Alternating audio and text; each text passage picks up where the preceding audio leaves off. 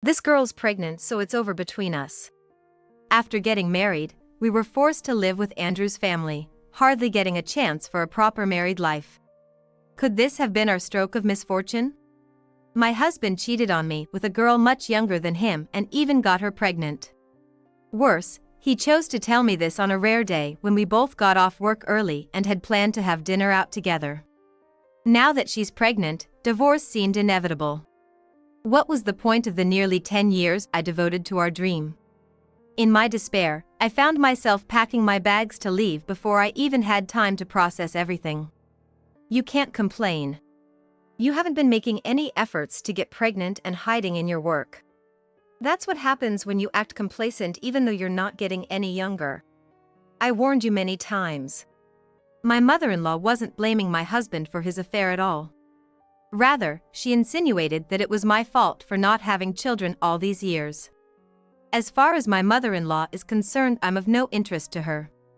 Having children was my sole duty as a wife. It was more shocking to realize how replaceable I was than to learn about the affair. Eventually, our divorce was finalized, and I started to enjoy the graceful life of being single. Then, as if to interrupt my newfound peace, I received a phone call. It was from my ex-husband. He was in a state of shock. What's going on? They say the baby isn't mine. I can't take it. My name is Catherine. I'm a 36-year-old caregiver. I started looking for a partner to settle down after a close friend from school got married just before turning 30. She was part of a group we hung out with in school, and for a long time, it was just the two of us who were single. Everyone else had married in their 20s and were now mothers. While I was genuinely happy for her at her wedding, I couldn't help feeling restless about my own life. A friend who knew I wanted to get married set up some opportunities to meet someone, and I also attended my first matchmaking event. That's where I met Andrew. Overwhelmed by the atmosphere of the venue and unable to make eye contact, it was Andrew who approached me. Andrew, being a salesman, was great at conversation. His friendly demeanor made me open up, and I soon found myself eagerly sharing everything about my upbringing, hobbies, and all sorts of personal details. After the event, we naturally exchanged contacts and went on a few dates before becoming a couple. Andrew, with his firm and straightforward way of speaking, appeared incredibly appealing to someone indecisive like myself. I had been thinking about marriage from the early stages of our relationship. Understanding the irregular hours of my caregiving job, Andrew proposed to me. In my mid-30s, I finally found happiness, and my friends were thrilled for me. It was the happiest time of my life. Later, when we visited Andrew's family to say hi and meet everyone, I got along well with my sister-in-law. She was so into art that she visited museums on her own every time she had a day off. As someone who always wanted to explore museums, I found her stories fascinating. At one point, I noticed Andrew and his mother looking at us in bewilderment, prompting us to continue our conversation some other time, but I was already overjoyed with excitement. Later, I approached my sister-in-law and asked if she could share her contacts, and she happily agreed. From then on, we occasionally kept in touch, and picking my sister-in-law up to go visit museums together became one of my favorite pastimes. However, my sister-in-law often apologized to me. I always feel like I'm imposing on you, Catherine. I wish I could drive too, but with my legs like this I end up relying on you to pick me up. My sister-in-law looked down at her legs. My sister-in-law had been in a wheelchair most of her life due to an accident in her childhood.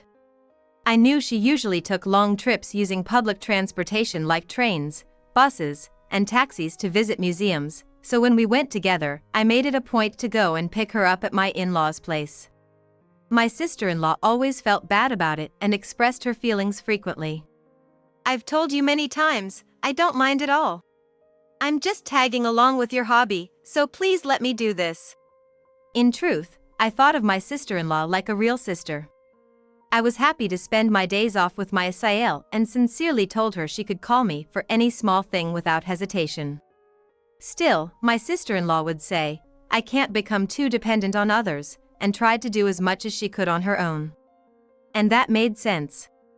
In her 20s, My sister-in-law had started her own wheelchair brand company, and apart from the days she visited the art museum, she seemed always busy. Although she was working from home and living with my mother-in-law, she apparently provided a stable income and contributed to household expenses. I admired my sister-in-law even more for that and often talked to Andrew about her. Whenever we planned trips to the museum, I invited Andrew, but he always declined, saying, "I'm not really into that stuff." After the wedding, as the numerous procedures leading up to our marriage settled down, we naturally started discussing about our home. While we were living together, we rented a slightly larger apartment, but respecting my husband's wish to build our own home, we agreed to temporarily live with his family until we had enough funds. I had heard that my father-in-law had passed away a few years ago, so I assumed that my father-in-law's study would become our bedroom. As a married woman, I knew having a room for ourselves was a luxury, but even if they were my husband's family, it still brought a lot of anxiety. Especially my mother-in-law, who subtly brought up the topic of children every time we met. It's best to have kids early. I know this from personal experience. When you're young, you have the energy to raise them, and you can even think about a second or third child. I had Andrew in my teens, and everywhere I went, I was praised for being a young mom. At first, she just seemed eager to see her grandkids, but after half a year of living together, she started sighing the moment our eyes would meet and saying, "Why did Andrew marry such an unambitious person? I always told him to marry young and have kids early. It's a win-win because I can still play with my grandkids if I'm young. You don't seem charming enough for him to break my advice and marry you. You're not neglecting efforts to have a child and hiding behind your nursing job, are you?" She was becoming more blatant about our difficulties in conceiving. However, she never went as far as to mistreat me, like dumping housework on me or causing scenes in front of my husband or SIL. I think it was because I was helping and assisting my sister-in-law with her daily life. My sister-in-law seemed to find it a hassle to help her, so she probably didn't want to disrupt the current situation where she could delegate those responsibilities to me. I never minded helping my beloved sister-in-law. Often, I wished for a peaceful life without the constant nudging about grandchildren, but I didn't want to upset my husband, who was working hard, including overtime and weekends, for our future home. So, I focused on my job and put thoughts of starting a family on hold. Once I got used to living together, time flew by, and before I knew it, 10 years was about to pass. My mother-in-law was persistently against us taking a mortgage for our dream home, saying it was a waste of money. We were close to reaching our savings goal for the house when my husband suddenly brought up a serious topic one day. We both finished work early that day and had planned a rare dinner out, just the two of us, at a nice, stylish restaurant. My husband had asked me to go in first, so I was already inside, looking at the menu while waiting for him. Since my mother-in-law didn't like dining out, we hardly ever went to restaurants after getting married, and spending time alone as a couple had become a rare occasion. Despite my age, I couldn't help but feel a flutter of excitement, like a young girl, looking forward to this time together. But my husband shattered that anticipation in the worst possible way. Sorry for making you wait. Got held up with some overtime. Hearing Andrew's voice, I turned towards him with a smile. Standing there, still in his work suit, was my husband, and next to him, a noticeably younger woman. For a moment, I thought she might be a relative, but we had no family members her age. I want a divorce. That was all my husband said. Or maybe he said more, but I don't remember. Just that one sentence was enough to understand why he brought this pregnant stranger. As expected, the woman was indeed my husband's mistress. She was a young, fresh out of college girl, seeming fragile and vulnerable. Despite it being our first meeting, she never averted her eyes from me, leading me to believe a woman willing to bear a child from an affair must have strong will. I hadn't done anything wrong, yet why was I receiving such scornful looks? Why would she, much younger than us, choose Andrew of all people? Naturally, my appetite vanished in such a hostile situation, and I left the restaurant in a hurry, but embarrassingly, my only refuge was my in-laws' house. I decided to pack at least the essentials before leaving, so I headed there. Upon arriving, I found my mother-in-law standing at the entrance. My mother-in-law must have known about the situation. She looked at me with a smug grin. Did you listen to what Andrew had to say? This happened because you didn't try hard enough. Don't run away, talk it out, she said. What do you mean? How could Andrew's infidelity and my efforts be related? Was she still trying to justify her son's unfaithfulness with some flimsy excuse about me being inadequate? I was struggling to control my urge to lash out when I started trembling uncontrollably. Noticing this, my mother-in-law burst out laughing. Crying, are you? Too late to cry over spilled milk, they say. You abandoned your duties as a wife, so this is what happens. I warned you many times, but you didn't listen. It's annoying to see you cry about it now. My mother-in-law seemed determined to blame me for not getting pregnant. I had endured my mother-in-law's whims and nagging, maintaining a good relationship with my husband, but I felt alienated, realizing that they didn't appreciate my efforts. Then, my husband came home at the worst possible time. With his mistress. My mother-in-law apparently knew she would be coming today. Please come in, Mary, she said cheerfully, inviting the woman inside. Since we're gonna get divorced anyway, this is your last chance to talk. But you don't stand a chance, so let's wrap this up quickly. My husband said as he passed by me, while I stood frozen at the entrance. I went to the living room, where the three of them were waiting, feeling dizzy from this nightmarish turn of events. I always wanted kids. You ignored my feelings, using work as an excuse. I have no feelings for you anymore, Catherine. I want a divorce. Today's second declaration of divorce pierced my heart even more sharply than the first. I couldn't look anyone in the eye, just staring blankly at the mistress's pregnant belly. Traditionally, a wife is supposed to bear a successor. But you haven't even gotten pregnant, let alone have a boy. You can dislike me all you want, but do you also hate the idea of showing me cute grandchildren? My mother-in-law lamented, her tone exaggerated yet smirking at me.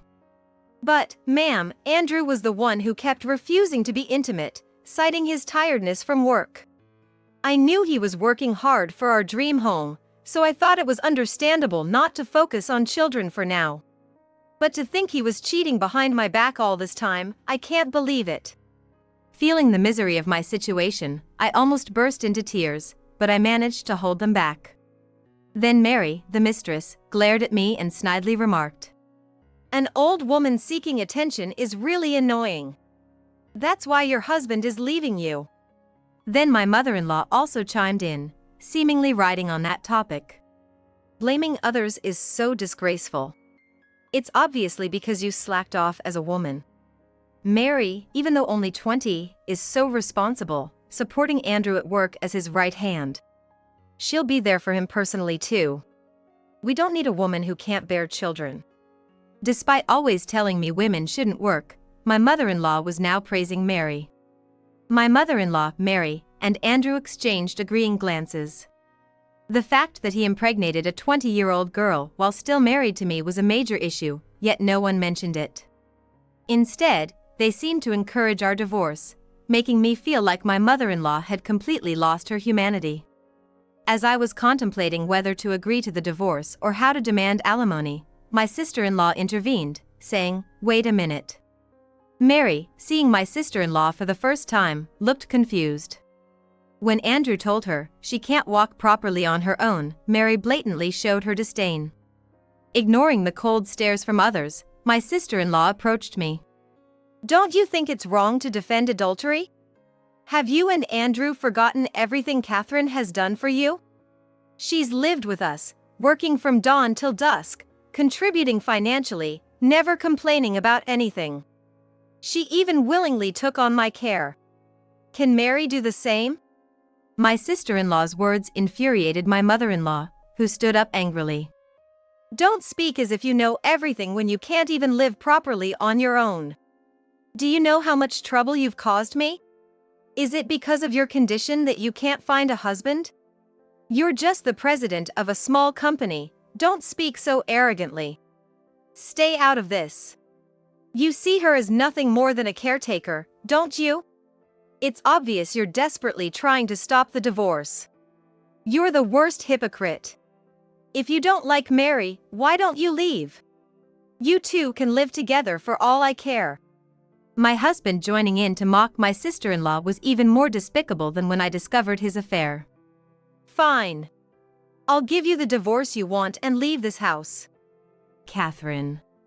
My sister-in-law looked at me sadly, but my decision was unwavering. My sister-in-law, let's stop dealing with these people. Will you come with me? Are you really going to live together? Catherine, you really are something. My husband scoffed, but I ignored him and snatched the divorce papers from his hand. After signing them hastily, I went to pack. I was serious about living with my sister-in-law. I loaded her things into my car and spent a few days in a hotel while looking for a place. Fortunately, I found a wheelchair-accessible apartment not far from my workplace. I immediately signed the lease using the savings for the future home.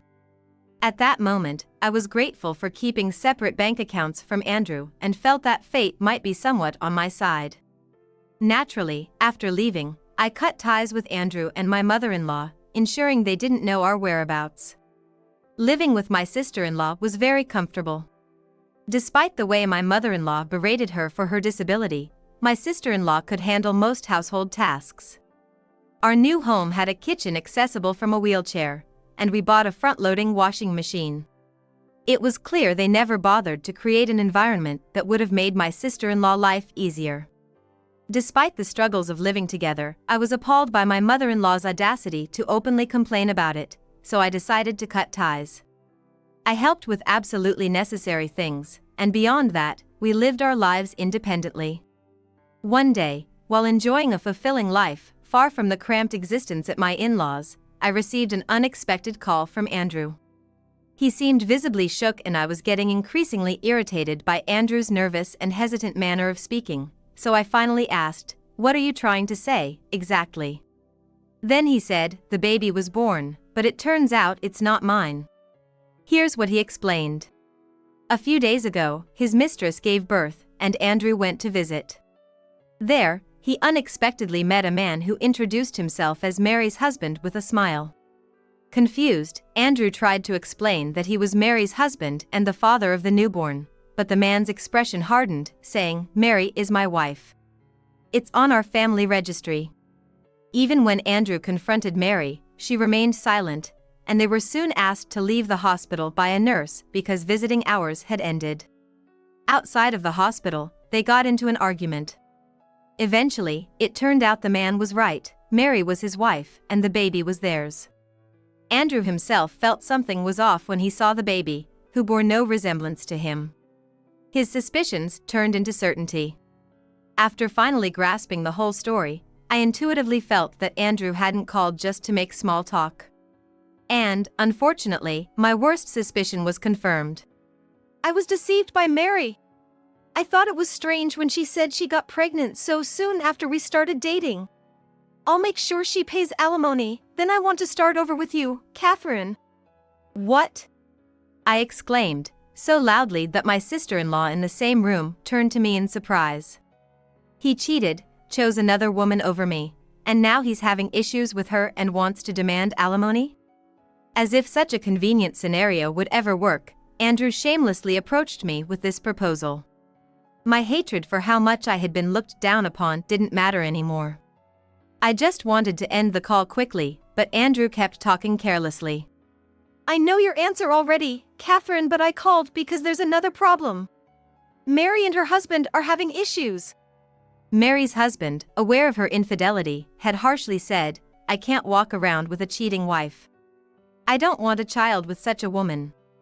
I'm sorry for the child, but I'll only pay the minimum child support, so let's get divorced." Mary, in response, begged him, saying, "You earn more, so support me. You promised, right? I quit my job to be a full-time homemaker, I can't just start working again," in a pitiful outburst. Witnessing this scene, Andrew became enraged when Mary's husband declared he would demand alimony. "I'm a victim too." Andrew protested, but Mary countered with a bizarre argument, "We only kissed, so how could I be pregnant with your child?" You knew that when we started dating, so we'll split the alimony. I had no sympathy for Andrew, who willingly entangled himself in this messy love triangle. His delusion that I still loved him sent shivers down my spine. Declaring it was his own doing, I abruptly ended the call. When my concerned sister-in-law looked at me, I simply said it was a pesky sales call and later made sure to block Andrew's contact. Sometime later, there was a commotion outside our apartment. My sister-in-law was busy with her company's paperwork, so I cautiously opened the door. There, a couple was arguing in front of a nearby apartment. As soon as our eyes met, I had a bad feeling, and before I knew it, they rushed over. Finally found you. Why didn't you contact us? Yes, it was my mother-in-law and Andrew. I couldn't fathom how they found us or why they suddenly appeared. Since you ignored my calls, it was tough to find you. But if you agree to remarry me, I'll let bygones be bygones, so let's go home together. That Mary was the worst. I can't stand to see her face anymore. She was a plague on our family. I regret being harsh to you and your sister-in-law. Let's all live together happily from now on. Despite their nauseating attempt to reconcile, Andrew was holding the door so I couldn't close it. Thinking of calling the police or shouting for help, I was interrupted when... What are you doing? My sister-in-law emerged from the back of the room. She was holding some kind of documents in her hand, and she handed them over to me. I suspected they might show up again. I'm glad I prepared this. I quickly looked over the documents my sister-in-law mentioned. They were reports from a private investigation agency. Unbeknownst to me, my sister-in-law had been gathering evidence of Andrew's infidelity. Investigators had visited our place a few times while I was at work, collecting proof. My brother has always been unreliable, hopping from job to job. I was impressed when he seemed committed to his work after marrying you, Catherine. But in recent years, he started staying out more, so I suspected infidelity and gathered evidence without telling anyone. Realizing the document contained evidence against him, Andrew snatched it from me. Acting like you know everything. Do you enjoy doubting your own brother and secretly collecting evidence? Your body and personality are truly done for. Seeing Andrew still mock my sister-in-law's physical condition enraged me. Despite being family, he had no right to belittle her, especially when he couldn't even control his own actions. My face flushed with anger, but my sister-in-law calmed me down. You can say whatever you want about me. We have backups of those papers, so tear them up all you want. But the real crime here is using the savings meant for the future house on your affair. What? We had a joint account specifically for our future home, separate from our personal accounts. The money I used for our new life with my sister-in-law came from my savings, intended as a backup for the home. Andrew managed the joint account, and I only contributed a fixed amount each month, not knowing the actual balance. I had always wondered why we hadn't reached our goal even after saving for over 10 years. I thought I couldn't question Andrew, who worked hard from morning till night, so I just kept depositing money into our account. I had no idea that the money was actually going to his mistress. I no longer have any feelings for Andrew, but I couldn't help feeling frustrated that the money I saved while enduring mistreatment from my mother-in-law and sacrificing my hobbies was recklessly spent.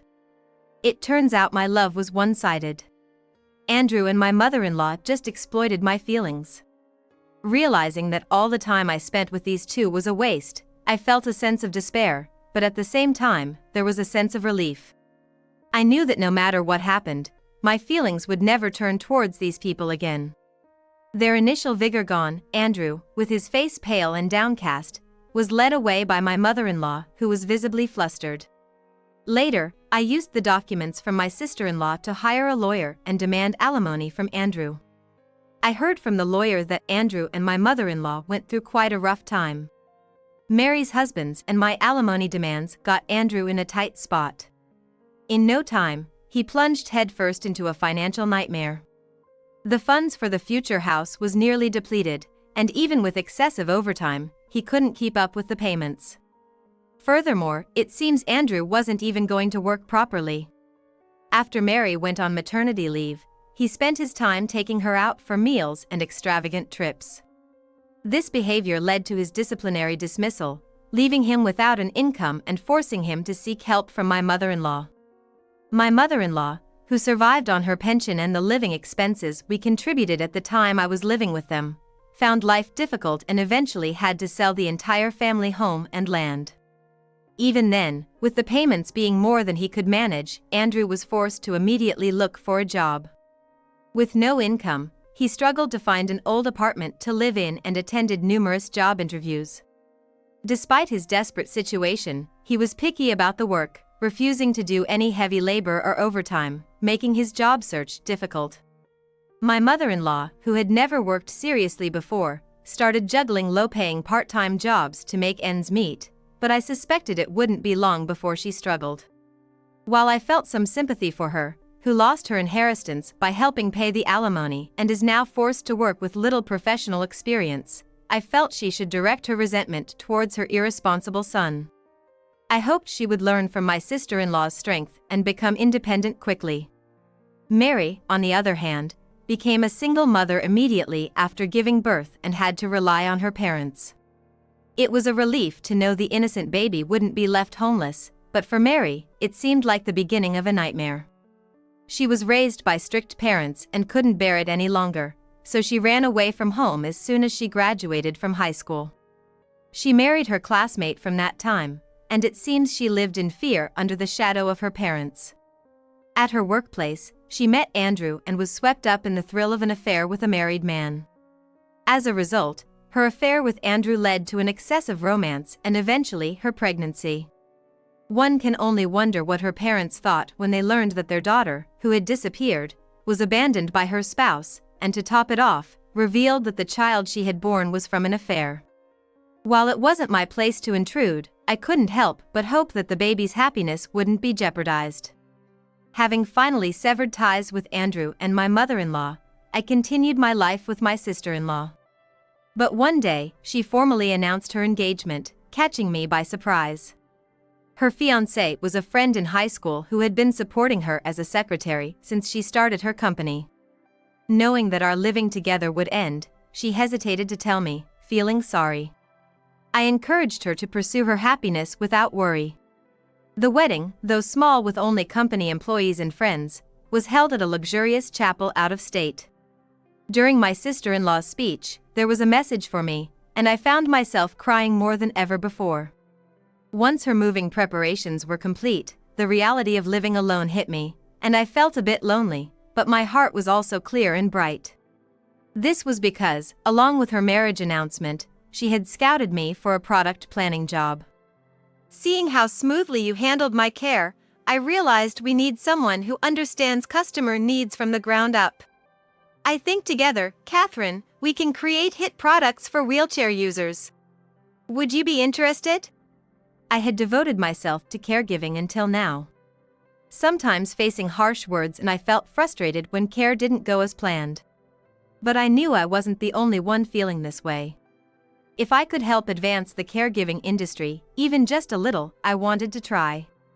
My sister-in-law was thrilled to have me on board. I joined her company in the blink of an eye. I found the work fulfilling and every day was enjoyable. Most employees had some form of disability, and we supported each other in our daily tasks. They were passionate about their work, listened to my ideas, and considered them positively.